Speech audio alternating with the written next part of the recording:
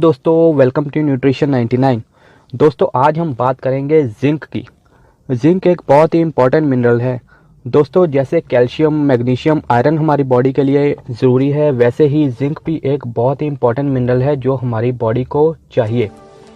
दोस्तों आगे बढ़ने से पहले मैं एक रिक्वेस्ट करूंगा, जो हमारे चैनल पे नए आए हैं वो प्लीज़ चैनल को सब्सक्राइब कीजिए, वीडियो को लाइक कीजिए, फ्रेंड्स के साथ शेयर कीजिए।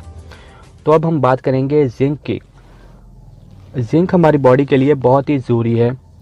जैसे विटामिन दो तरह के होते हैं, कुछ फैट सोल्यूबल और कुछ वाटर सोल्यूबल। वाटर सोल्यूबल यानी कि वो हमें रोज़ कंज्यूम करने पड़ते हैं, वो हमारी बॉडी से निकल जाते हैं। वैसे ही जिंक भी हमें रोज़ कंज्यूम करना पड़ता है, यानी कि ये हमारी बॉडी स्टोर नहीं करती। अगर हम रोज़ कंज्यूम नहीं करेंगे तो धीरे धीरे इसकी डेफिशिएंसी हो जाएगी।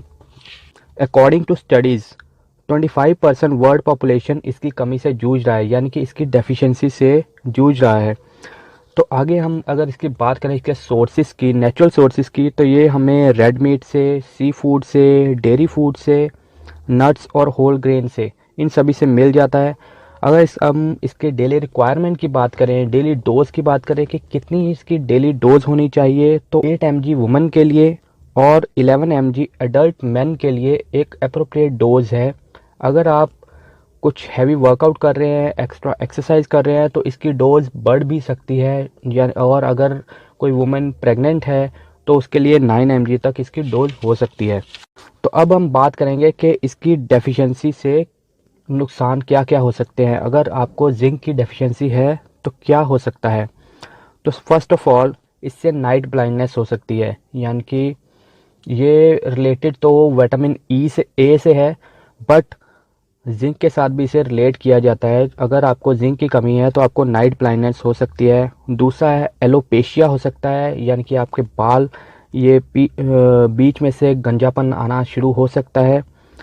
तीसरा है अल्सर, यानी कि आपकी जो हीलिंग पावर है आपकी बॉडी की वो कम हो सकती है और आपके मुंह में अल्सर वगैरह हो सकते हैं, मुंह में छाले पड़ सकते हैं। सेंस ऑफ टेस्ट आपका डिस्टर्ब हो सकता है, आपको टेस्ट कई चीज़ों का जैसा आना चाहिए वैसा नहीं आएगा। आपकी इम्यूनिटी लो हो सकती है। इम्यूनिटी लो मीन्स के बीमारियों की शुरुआत, यानी कि आपकी इम्यूनिटी पे ही सब कुछ डिपेंड करता है। आपकी इम्यूनिटी लो है तो आपको वीकनेस आएगी।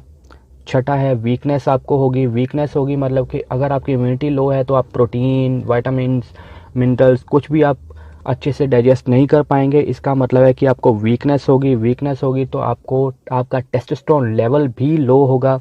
टेस्टोस्टेरोन लो होगा तो आपका फ्यूचर, मतलब कि फ्यूचर में अगर आपके बच्चे होंगे, यानी कि आप प्रेग्नेंट हैं या फिर आपके मेल है या फीमेल हैं, तो प्रेगनेंसी में भी आपके बच्चे जो हैं उन्हें भी जिंक की डेफिशिएंसी होगी। तो इसलिए जिंक रिच फूड खाइए ताकि आपको इसकी डेफिशिएंसी ना हो। अब आगे हम बात करेंगे कॉज ऑफ डेफिशिएंसी। इसकी डेफिशिएंसी के कारण क्या हैं।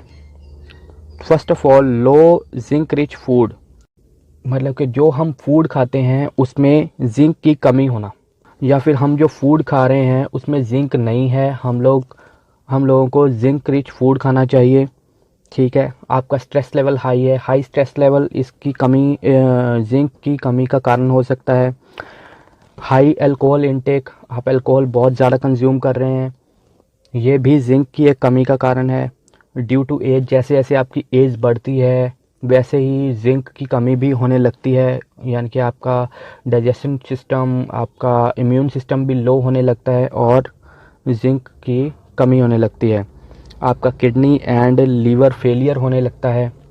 तो ये सब थे कॉज ऑफ डेफिशिएंसी जिंक की। अब अगर हम बात करें कि जिंक की आप कैसे कंज्यूम कर सकते हैं, आप जिंक रिच फूड खा सकते हैं। अगर जिंक रिच फूड आपको नहीं मिल रहा तो आप इसके सप्लीमेंट्स भी ले सकते हैं। FDA ने 1978 में ये अप्रूव किया था, जब जिंक की एक डेफिशिएंसी होने लगी थी तब उन्होंने अप्रूव किया था कि इसके सप्लीमेंट्स भी निकाले जाएं ताकि लोगों को जिंक की कमी ना हो। तब इसके सप्लीमेंट भी स्टार्ट हुए थे। तो सप्लीमेंट्स भी आप कंज्यूम कर सकते हैं अगर आपको जिंक की डेफिशिएंसी हो रही है। तो गाइस ये सब था अबाउट जिंक। अगर आपको मेरी वीडियो अच्छी लगी हो तो प्लीज़ वीडियो को लाइक कीजिए, फ्रेंड्स के साथ शेयर कीजिए। Thank you so much.